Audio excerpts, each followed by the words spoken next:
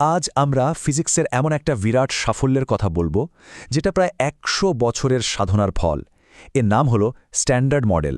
ব্যাপারটা অনেকটা এরকম যে এটা প্রায় পুরো মহাবিশ্বের জন্যই একটা ইউজার ম্যানুয়াল, যা আমাদের চারপাশের সবকিছুকে চালনা করে। তো চলুন এই প্রশ্নটা দিয়েই শুরু করা যাক। আমাদের এই যে বিশাল মহাবিশ্ব, এটা ঠিক কোন মৌলিক নিয়মগুলো মেনে চলে? মানে এমন কি আইন আছে যা সবচেয়ে ছোট কণা থেকে শুরু করে বিশাল বিশাল গ্যালাক্সি পর্যন্ত সবকিছুকে এক সুতোয় বেঁধে রেখেছে? আর এই প্রশ্নের উত্তরটা কিন্তু লুকিয়ে আছে এমন একটা তত্ত্বে যা দিয়ে প্রায় সবকিছুই ব্যাখ্যা করা যায়। এই তত্ত্বটাই হল স্ট্যান্ডার্ড মডেল। এটা এমন একটা ভিত্তি যার উপর গ্র্যাভিটি বা মহাকর্ষবাদে প্রায় সব পরিচিত ফিজিক্স দাঁড়িয়ে আছে।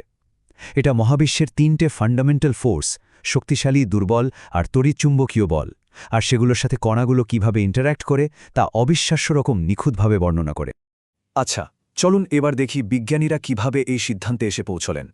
এটা ছিল বস্তুর গভীরে এক অসাধারণ যাত্রা যা আমাদের বাস্তবতার ধারণাটাকে পুরোপুরি পাল্টে দিয়েছে। এই জার্নিটা শুরু হয়েছিল অ্যাটম বা পরমাণু দিয়ে। বিজ্ঞানীরা দেখলেন, আরে পরমাণুর ভেতরেও তো নিউক্লিয়াস আছে। তারপর আরও গভীরে গিয়ে দেখলেন নিউক্লিয়াসের ভেতরে আছে নিউক্লিয়ন, মানে প্রোটন আর নিউট্রন। আর সব শেষে তারা আবিষ্কার করলেন যে এই নিউক্লিয়নগুলো আসলে কোয়ার্ক নামের আরও ছোট ছোট কণা দিয়ে তৈরি। এই যাত্রার স্কেলটা একবার ভাবুন তো, কি অবিশ্বাস্য! পরমাণুর সাইজ যেখানে 10⁻⁻8 সেন্টিমিটার, সেখান থেকে আমরা এখন 10⁻⁻17 সেন্টিমিটার গভীরে, মানে কোয়ার্কের জগতে উঁকি দিচ্ছি। ১০০ বছরেরও বেশি সময় ধরে বিজ্ঞানীরা বস্তুর একটার পর একটা পর্দা সরিয়েছেন।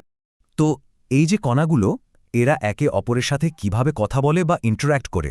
উত্তরটা হলো প্রকৃতির 4টা ফান্ডামেন্টাল ফোর্সের মাধ্যমে। এরাই হলো মহাবিশ্বের আসল নিয়মকানুন। প্রকৃতির এই 4টা ফোর্সের প্রত্যেকের কাজ কিন্তু একদম আলাদা। দেখুন, সবচেয়ে শক্তিশালী বলটা কোয়ার্ককে আঠার মতো একসাথে আটকে রেখে প্রোটন আর নিউট্রন বানায়। তড়িৎচুম্বকীয় বল বানায় অ্যাটম আর মলিকিউল, যা আমাদের চেনা জগতের ভিত্তি। দুর্বল বল তেজস্ক্রিয়তার জন্য দায়ী, আর সবচেয়ে দুর্বল হলেও মহাকর্ষ আমাদের চেনা জগৎকে, মানে গ্রহ, তারা, গ্যালাক্সি সব ধরে রাখে। এদের শক্তি আর পরিসরের এই যে পার্থক্য, এটাই মহাবিশ্বকে এত ইন্টারেস্টিং করে তুলেছে। তাহলে প্রশ্ন হল, স্ট্যান্ডার্ড মডেল এই 3টে ফোর্সকে, শক্তিশালী, দুর্বল, তড়িৎচুম্বকীয়, কিভাবে এক সুতোয় গাঁথল? মজার ব্যাপার হলো এর ডিজাইন বা নকশাটা নেওয়া হয়েছে প্রায় ১০০ বছর পুরনো একটা তত্ত্ব থেকে। ব্যাপারটা অসাধারণ। বিজ্ঞানীরা যেমনটা বলেছেন, স্ট্যান্ডার্ড মডেল আসলে ফ্যারাডে আর ম্যাক্সওয়েলের শতবর্ষ পুরনো যে ইলেকট্রোডাইনামিক্স, সেটারই একটা জেনারেল বা সাধারণ রূপ।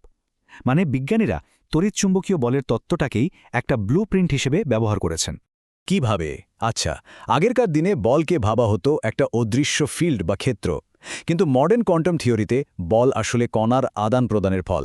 আর এই বল বহনকারী কণাগুলোকে বলা হয় কোয়ান্টা। এটাকে বলে ফাইনম্যান ডায়াগ্রাম। এখানে দেখুন, একটা প্রোটন পি, একটা ফোটন গামা নামের কণা ছুড়ে দিচ্ছে, আর একটা ইলেকট্রন ই সেটাকে ক্যাচ করছে। কণার এই যে লেনদেন, এটাই হলো তড়িৎচুম্বকীয় বল। দারুণ সহজ আর সুন্দর একটা আইডিয়া, তাই না? ঠিক আছে, তাহলে এই ফোটন বিনিময়ের আইডিয়াটাই হলো সেই ব্লুপ্রিন্ট। বিজ্ঞানীরা ভাবলেন, অন্য বলগুলোও কি এভাবেই কাজ করে? আর এই ভাবনা থেকেই কিন্তু স্ট্যান্ডার্ড মডেল বানানোর কাজটা শুরু হয়। আর উত্তরটা এলো হ্যাঁ, শক্তিশালী বলের ক্ষেত্রেও ঠিক একই ঘটনা ঘটে। কোয়ার্ক নিজেদের মধ্যে গ্লুয়ন নামের কণা বিনিময় করে। এই গ্লুয়নগুলো আঠার মতো কোয়ার্কসদের একসাথে গ্লু দিয়ে আটকে রাখে, আর ইসিলিয়ে এর নাম হয়েছে গ্লুয়ন। আর দুর্বল বলের ব্যাপারটা? এই বলটা বহন করে WR-Z বোসন নামের কণা। নিউক্লিয়ার বিটা ক্ষয়ের মতো ঘটনাগুলোর জন্য এরাই দায়ী। যেমন একটা ডাউন কোয়ার্ক একটা W- বোসন ছেড়ে দিয়ে একটা আপ কোয়ার্কে পাল্টে যেতে পারে। এখানে কিন্তু একটা খুব গুরুত্বপূর্ণ প্রশ্ন চলে আসে। যদি আইডিয়াটা এতই সহজ হয় যে শুধু ইলেকট্রোম্যাগনেটিক থিওরিকে কপি করা, তাহলে ম্যাক্সওয়েলের তত্ত্বের পর স্ট্যান্ডার্ড মডেল বানাতে আরও ১০০ বছর লেগে গেল কেন? এর উত্তরটাই হলো আসল টুইস্ট। দেখুন, ইলেকট্রোম্যাগনেটিক ফোর্সের বাহক যে ফোটন, তার নিজের কোনো চার্জ নেই, তাই সে অন্য ফোটনের সাথে ইন্টারঅ্যাক্ট করে না। সিম্পল। কিন্তু স্ট্রং আর উইক ফোর্সের বাহক কণাগুলো, মানে যে গ্লুয়ন, WR-Z বোসন, ওদের নিজেদেরই চার্জ আছে। তার মানে কি দাঁড়ালো? ওরা শুধু অন্য কণার সাথেই না, নিজেদের মধ্যেও ইন্টারঅ্যাক্ট করে। এই ঘটনাটাকেই বলা হয় সেলফ ইন্টারঅ্যাকশন। মানে যে কণাটা বল বহন করছে, সে নিজেই সেই বলটা ফিল করছে। এই জটিল আইডিয়াটা একটা গভীর গাণিতিক তত্ত্বের অংশ, আর এর সমাধান করতে এর প্রেডিকশনগুলো ক্যালকুলেট করতেই বিজ্ঞানীদের কয়েক দশক লেগে গেছে। তো এই কঠিন ধাঁধার সমাধান করে বিজ্ঞানীরা যখন মডেলটা তৈরি করলেন, তখন এই বিশাল বুদ্ধিবৃত্তিক কাঠামোর প্রায় পুরোটাই তৈরি। কিন্তু তত্ত্বটাকে সম্পূর্ণ করতে একটা ফাইনাল পিসের দরকার ছিল। আর সেই ফাইনাল মিসিং পিসটাই ছিল হিগস বোসন। 2012 সালে এর আবিষ্কার ছিল এই 100 বছরের লম্বা জার্নির এক ট্রায়াম্ফেন্ট ফিনিশ। এটা ছিল সেই মুহূর্ত যখন মানবজাতির তৈরি করা সবচেয়ে সফল বৈজ্ঞানিক তত্ত্বগুলোর একটা ফাইনালি প্রমাণিত হল। তাহলে মূল কথাটা হলো, স্ট্যান্ডার্ড মডেল একটা বিশাল সাফল্য যা আমাদের মহাবিশ্বকে বুঝতে সাহায্য করে। কিন্তু মনে আছে তো, এটা মহাকর্ষ বা গ্র্যাভিটিকে হিসেবে ধরে না। বিজ্ঞানীদের স্বপ্ন হল টোটাল ইউনিফিকেশন, মানে এমন একটা তত্ত্ব যা প্রকৃতির 4টা ফোর্সকেই এক সুতোয় বাঁধবে। আর এটাই হয়তো 21 শতাব্দীর সবচেয়ে বড় চ্যালেঞ্জ হতে চলেছে। স্ট্যান্ডার্ড মডেল বিজ্ঞানের একটা বিরাট জয়, কোনো সন্দেহ নেই। কিন্তু এরপর আমরা কি শেষ পর্যন্ত একে গ্র্যাভিটির সাথে এক করতে পারব?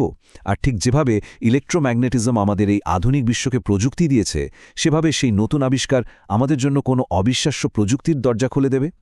উত্তরটা হয়তো ভবিষ্যতের জন্যই তোলা রইল।